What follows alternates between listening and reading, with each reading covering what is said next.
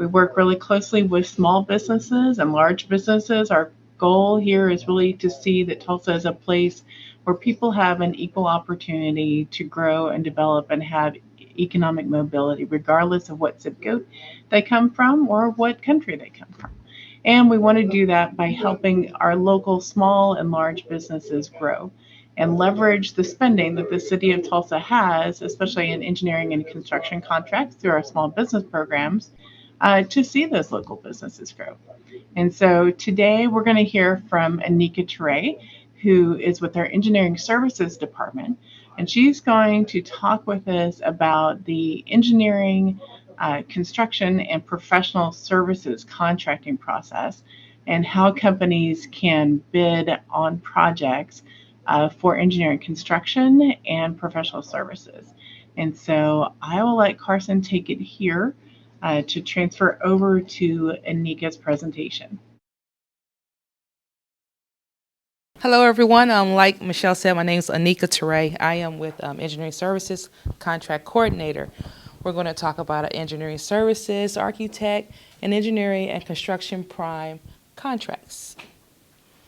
Okay, and so what we have here going is that this lists the classifications of the pre-qualifications we ask our architectural and engineering contractors to possess. In construction, as you see, we have class A, B, C, D, E, and S.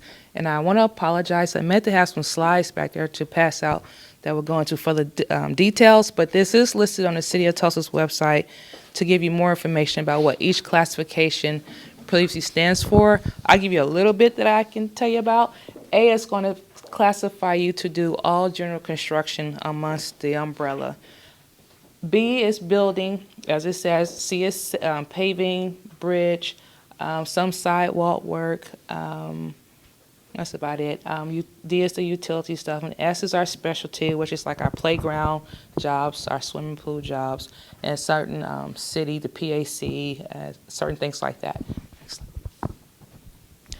The range of the projects, as you see, with architect and engineer, the contracts can be greater than $50,000. The construction contracts average a value of $2.6 million, and the contracts that we try to put out per quarter, it says approximately, but that's a give or take, about 20. The current engineering construction emphasis right now is transportation. We are in a part of the term or time where we need to get a lot of transportation projects, so we're focusing mostly right now on a lot of roadway jobs. I guess that's just the way the plan has been set out based off the budget and everything. So you must be authorized through a certificate of authorization to participate as an architect or engineer in the state of Oklahoma. You also must be licensed to practice in the state of Oklahoma. So how it works here is that you must register to receive the letter of interest and the statements of qualifications through the TUL 9280 form. That is the link where you can get that form. LaKendra is going to be passing out some documents that you can read over at your time about the TUL 9280. This gets you registered to be on the list where we solicit out when it's time to go for any projects out there. And the information here is who you submit that TUL 9280 form to. This is no fee required, and this must be renewed annually as it says there. And that's just a picture of it. Like I said, you have the handout. Go to the next one. So once you have registered on the TUL 9280, then we send out the notification. And within that notification, it's up to you to supply your LOI, letter of interest, and your statement of qualifications. And this is just an example of what that looks like there. Can you guys see that okay? Okay. We have a committee called the Professional Consulting Services Selection Committee that reviews these documents. They are scored based upon the criteria of what is asked for this particular, asked from the particular contractor who says, or engineer who says they can do a certain amount of work, what type of work. This is reviewed and this is recommended to the mayor for approval or our TMUA board for approval to select you as the engineer for the project. And then once once you are selected, then we go into what's called the design contract. And that design contract talks about the scope of the work, that we ask for a schedule of your work. This is given to our legal department to go over to make sure you have basically crossed all your T's, dot your I's within this agreement that you made with the City of Tulsa. They approve it, and this agreement, which is a design agreement based on the project you want to do, is executed by the mayor. This is just the beginning step that's going to take you all the way to the end. We'll talk about construction contract. This is the beginning. The invoicing on these type of agreements, so it says it's based upon a proposal. That portion right there is pertaining to our construction contracts, where we base invoicing on the architect engineering side is typically a monthly type of invoice, and it's based off of the schedule, not materials building. We're mixing up the verbiages with both contracts. It's all good. It's all good. So anyway, this requires, like it says here, backup timesheets and not yet receipts of material, but just the timesheets along with your certificate of insurance. The payment is submitted by the City of Tulsa within 30-45 days, and this is just a little overview here. So now we're going into being pre-qualified to attend the construction contract side. So you have to fall under that classification I mentioned earlier, the A, B, C, D, or S.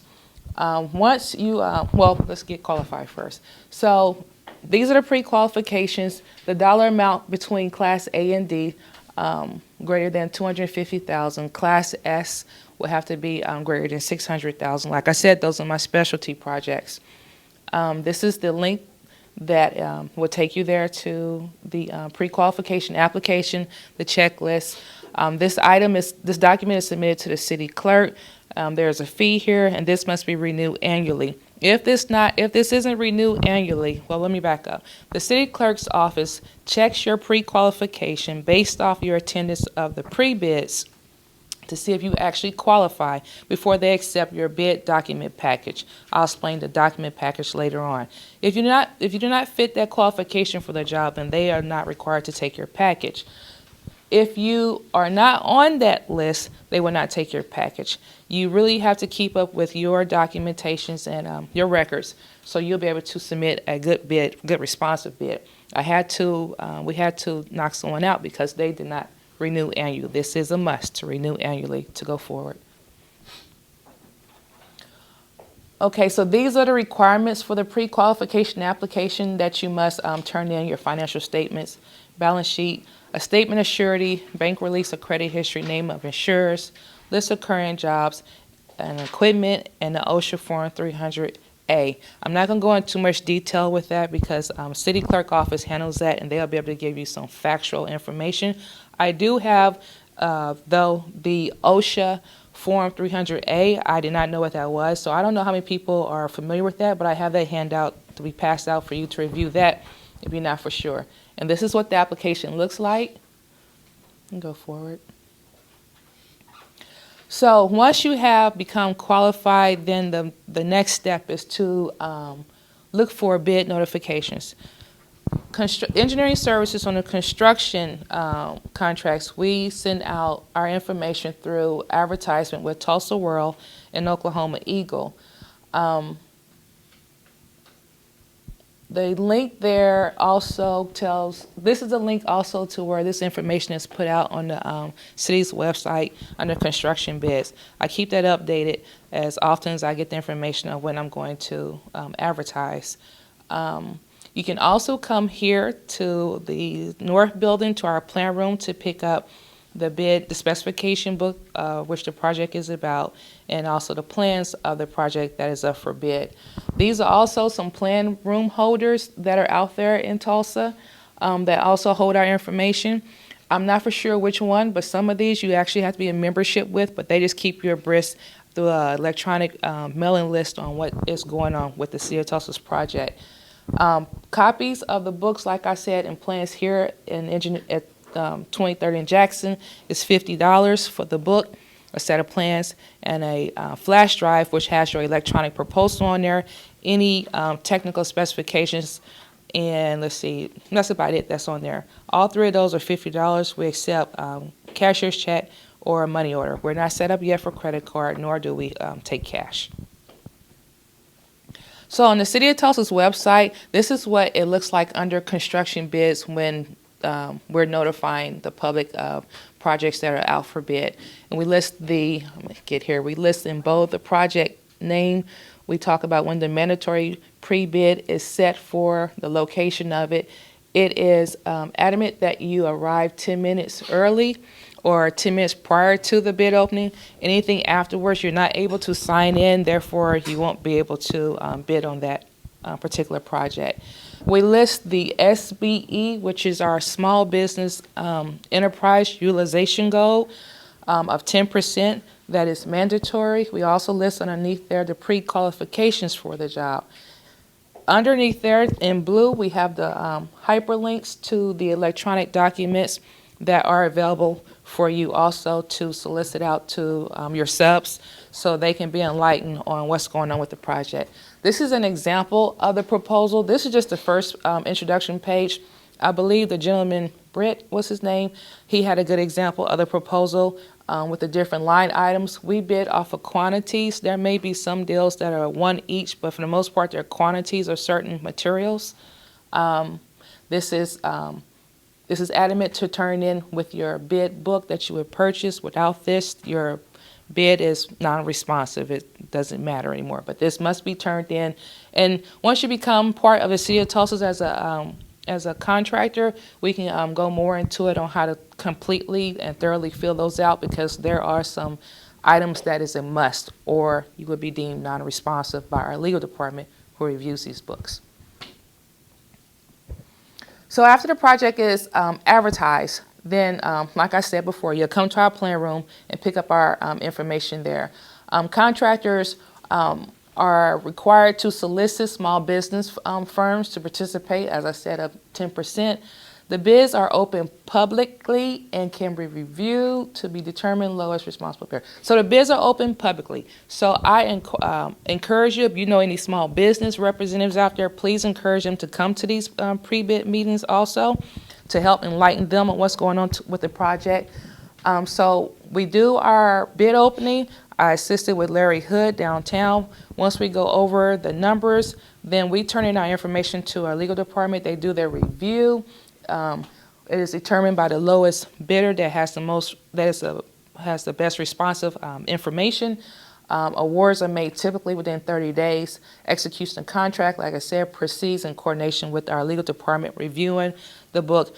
It goes further into detail, but I'm not going to cover all that, but this is the process here. Contracts with the primes are executed by the mayor. Then we're talking about going into the actual work of the job. So invoicing is based upon a bid schedule. So that's, yeah, this is our line items. I mentioned that will also look like this on the proposal.